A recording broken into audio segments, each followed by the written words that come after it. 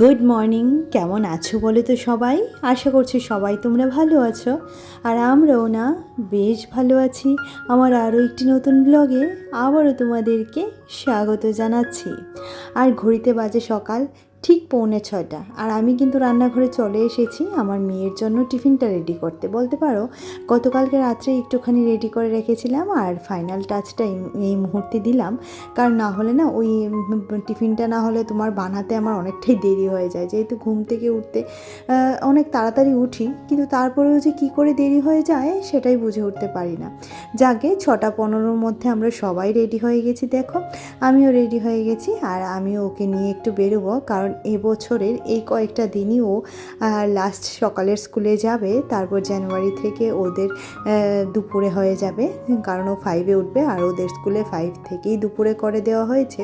তো দুপুরে চলে যাবে, তো সকালটা তো আর সেরকমভাবে উপভোগ করতে পারবো না।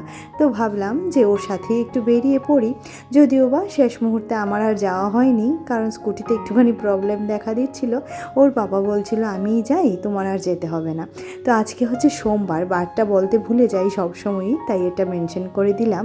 আর এদিকে দেখো আমি কিন্তু ঘরে এসে একটুখানি গা হাত পা ধুয়ে তারপর আমি গোপোষণার সেবাটা করে নিলাম, সকালের সেবাটা। আর এই মুহূর্তে চলে এসেছি ফুল তুলতে ছাদে। ফুলগুলি কিন্তু এখনও কুড়ি অবস্থাতে বা ঘুমন্ত অবস্থাতেই আছে, ওদের ঘুম কিন্তু এখনও ভাঙেনি, যেহেতু অনেকটাই সকাল, রোদ এখনও ওদের উপর পড়েনি সে কারণে। আর এদিকে আমি সমস্ত রকমের ফুল তুলে নিলাম, যদিও বা আজকে অনেকটাই কম ফুল ফুটেছে, তারপরেও যতটুকু যা ফুটেছে বেশ ভালোই দেখা যাচ্ছে। আর এদিকে দেখো এই যে হলুদ ফুলগুলি, এগুলি নাকি হলুদ গন্ধরাজ, কিন্তু গন্ধগুলি এত সুন্দর এত সুন্দর। তো যেহেতু গোপোষণা গন্ধযুক্ত ফুল ভীষণ ভীষণ পছন্দ করে, আর বলে আমার মা বলে দামোদর মাসে সব রকমের ফুলই গোপোষণাকে দিতে হয়, তাই এটাও তুলে নিয়ে গোপোষণার চরণে দিই।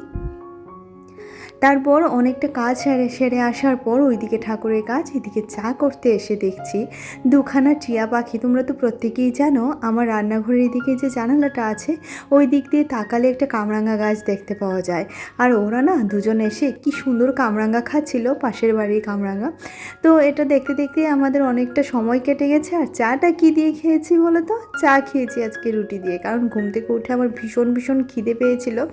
তো রুটি যেহেতু মিঠির জন্য করেছিলাম, বাড়ন্ত কয়েকটা ছিল, আরও কয়েকটা ফ্রিজে আমি রেখে দিয়েছি, আগামীকাল বা বিকেলে যদি মেয়ে যায় খেতে পারবে।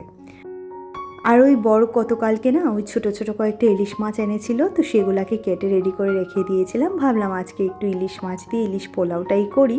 তো ইলিশ পোলাও করার জন্য আমি কিন্তু টক দই নিয়েছিলাম। টক দইয়ের মধ্যে সমস্ত রকমের মশলা, জিরে, কাঁচা লঙ্কা এবং শুকনো লঙ্কার গুঁড়ো আর হলুদ লবণের গুঁড়ো সমস্তটা দিয়ে একদম একটুখানি পেঁয়াজ বাটা ওই মশলাটাতে দিয়েছিলাম। আর অবশ্যই তোমার এলাচ দারচিনি তো ছিলই, সমস্ত কিছু মিলিয়ে একদম মশলাটাকে দেখো তেলে দিয়ে দিয়েছি একটুখানি পেঁয়াজ ফোড়ন দিয়ে, কারণ এই পোলাওটাতে একটুখানি পেঁয়াজ দিতে হয়, আমি দিই। তো এদিকে মশলাটা হয়ে যাওয়ার পর তারপর মাছটা দিয়ে দিয়েছিলাম। এবার মশলাটা প্রায় হয়ে গেছে, মাছ রান্নাটা হয়ে গেছে। এবার মাছটা তুলে নেব, আর এই যে মশলাটা সেটার মধ্যেই গোবিন্দভোগ চালটা দিয়ে দেব। আমার কিন্তু পোলাও জাতীয় খাবার গোবিন্দভোগ চাল দিয়েই ভালো লাগে, তা কোনো বাসমতি চাল দিয়ে আমার একদমই ভালো লাগে না। সেটা ফ্রাইড রাইস হলে ঠিক আছে, যতটুকু যা একটুখানি খাওয়া যায়, কিন্তু ওই গোবিন্দভোগ চালের উপরে ভাই কিচ্ছু নেই। তো সমস্ত মশলার সাথে চালটা দিয়ে একদম ভালো করে নাড়াচাড়া করে নিলাম। আর একটুখানি চিনিও দিয়েছিলাম মশলাটাতে, যেহেতু টক দইটা দিয়েছি তার জন্য টক ভাবটা একটুখানি কাটানোর জন্য না চিনিটা দিয়েছি ব্যালেন্সিংয়ের জন্য। আর এদিকে বলো তো কী করেছি, মশলা করে নিয়েছি, দেখতেই তো পেয়েছো, দিয়েছিলাম তোমার নারকেল আর পেঁয়াজ, আর তার সাথে আদা এবং ওই যে এলাচ আর দারচিনি সমস্তটাই দিয়েছিলাম, আর কয়েকটা কাঁচা লঙ্কাও দিয়েছিলাম। এটা করব চিংড়ি মাছের মালাইকারি। তো এটা সমস্তটাই মানে নারকেল থেকে আর দুধটা বের করছি না, অল্প একটু নারকেল দিয়ে পুরো পেস্টই করে নিয়েছি, কারণ দুধ বের করতে গেলে অনেকটাই পরিমাণে নারকেল লাগে, সেই পরিমাণে নারকেল আমার ফ্রিজে ছিল না, তো সেটা আর দেওয়া হয়নি। সমস্ত নারকেলটাকে একদম ভালো করে পেস্ট করে নিয়েছি, নিয়ে একদম মশলার সাথে ভালো করে কষিয়ে দেখো এদিকে একটুখানি জিরে গুঁড়োও দিয়ে দিয়েছি, আর একটুখানি লবণ আর চিনি তো অবশ্যই একটুখানি দিতেই হয় এই সমস্ত রান্নাতে। তো সমস্ত মানে মশলাটাকে একদম ভালো করে যখন মশলা থেকে তেল ছেড়ে যাবে তখনই জল দিতে হবে, এবং জল দিয়ে মাছগুলি দিলেই রেডি হয়ে যাবে চিংড়ি মাছের মালাইকারি। আর এদিকে না আমার ওই গোবিন্দভোগ চালটা একদম মশলার সাথে পুরো মাখোমাখি হয়ে গেছিলো। আর যতটুকু চাল ঠিক তার দ্বিগুণ জল দিয়ে দিলাম, দিয়ে এবার ঢাকা চাপা দিয়ে আমি পোলাওটা এভাবেই বানাতেই স্বাচ্ছন্দ্য বোধ করি, কারণ এভাবে বানালে আমার পোলাওটা একদমই ঝরঝরে হয়। ওই যে ভাতের ফ্যান ছেড়ে তারপর যে রান্নাটা করে, মানে ফ্যানটা ফেলে যে রান্নাটা করে সেটা করি না, কারণ ভাতের ফ্যানটা ফেলে দিলে না গোবিন্দভোগ চালের আর সেরকম কোনো গন্ধই থাকে না। তো সেই কারণে না আমি এভাবে এক ফোড়নেই রান্না করার চেষ্টা করি। আর আমার শাশুড়ি মাকে সবসময়ই দেখেছি উনি প্রেশার কুকারে করেন, ওনারটাও ভালোই লাগে খেতে। তো আমি এভাবেই করি, আমার এভাবে অভ্যাস হয়ে গেছে, আর এইভাবে করলে আমার কাছে মনে হয় যে আমি স্যাটিসফাইড। আর এদিকে দেখো পুরো ভাতটাই হয়ে গেছে, প্রায় 95% হয়ে গেছে। আর 5% এই মাছগুলির সাথে করে নেব। আর একদম হালকা আছে, আজটাও তোমাদেরকে দেখিয়ে দিচ্ছি, হালকা আছে প্রায় 10 থেকে 15 মিনিট সুন্দর করে মাছটাকে নাড়াচাড়া করে ভাতগুলিকে মাছের উপর দিয়ে তারপর একটুখানি 10-15 মিনিট জাল করলেই হয়ে যায়। তারপর রান্নাবান্না শেষে এদিকে দেখো এবার গ্যাসটা মুছে নিচ্ছি, যেহেতু আজকে রান্নাবান্নার ঝামেলাটা খুবই কম, মাত্র 2খানা রান্না করেছি, তো সেই কারণে না। আর ওই আমাদের ঘরে 2খানাই রান্না বেশিরভাগ হয়, কারণ যেরকম আমি সেরকম মিঠির পাপা, এবং এখন দেখছি মিঠিও হয়ে উঠেছে, সে নাকি এক তরকারি হলেই সে খেয়ে নিতে পারে। আর আমি তো বরাবরের মতোই একটা ভালো কিছু হলেই আমি খেয়ে নিই, আমারও তো 3-4 পদের তরকারি লাগে না। আর মিঠির পাপারও সেম অবস্থা, 2খানা হলে ভালো, আর না হলে 1খানা খুব ভালো করে দিলেও খেয়ে নেয়। খাওয়ার নিয়ে আমাদের ঘরে বা আমার এই সংসারে কোনো ঝামেলা নেই বললেই চলে। মেয়েও আমাকে এতটা যন্ত্রণা করে না, ওর পাপাও না। তবে ওদের মন মতো একটুখানি রান্না হলে ওরা এক তরকারি দিয়েই ভাত খেয়ে নিতে পারে। তো এদিকে দেখো সমস্ত গ্যাস ঠেসটা ভালো করে মুছে নিচ্ছি, এবং গ্যাসের ঝিকগুলিও পরিষ্কার করে ধুয়ে আমি কিন্তু সোজা চলে গেছিলাম স্নান করতে। কারণ ওই স্নান করতে কেন বলো তো, না হলে না অনেকটাই দেরি হয়ে যায় গোপোষণাকে স্নান করাতে, আর সেই কারণে না একটুখানি তাড়াতাড়ি চলে গেছিলাম। এখন 11টা বাজে, আমি স্নান করে চলেও এসেছি, কারণ পুজো দিতে আমার প্রায় 1 ঘন্টা সময় লাগে। আমার ভালো লাগে জানো তো সময় দিয়ে পুজো করতে, আর সুন্দর রং বেরঙের ফুল দিয়ে গপুকে সাজাতে। আর আজকে না দেখে মনে হচ্ছে খুব সুন্দর একটা প্রজাপতি বসে আছে, তাই না? তোমাদের কেমন লাগছে গোপুসোনাকে সেটা অবশ্যই করে জানিও। আমি জানি গোপুসোনা সব সময়েরই সুন্দর, তবে শৃঙ্গারটা কেমন হয়েছে সেটা জানিও। তো পুজো সেরে এসে একটুখানি ঘরে বসেছিলাম, ওর পাপাও চলে এসেছে, দেখছিলাম একটা পার্সেল এসেছে। কি এসেছে বলো তো?